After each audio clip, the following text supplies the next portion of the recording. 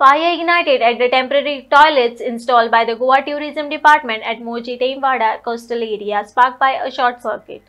The incident resulted in a significant damage to the facilities. Fortunately, no injuries or casualties has been reported. Firefighters swiftly responded to a scene, managing to maintain the blaze before it could spread further.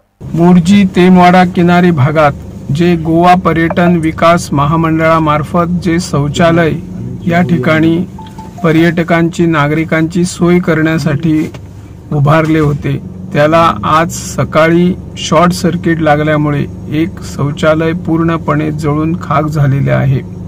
त्यामुळे भविष्यात अशा शौचालयांची कशा पद्धतीने short circuit होते यावर देखभाल समिती करत नाही की काय असाही प्रश्न सध्या निर्माण झालेला आहे।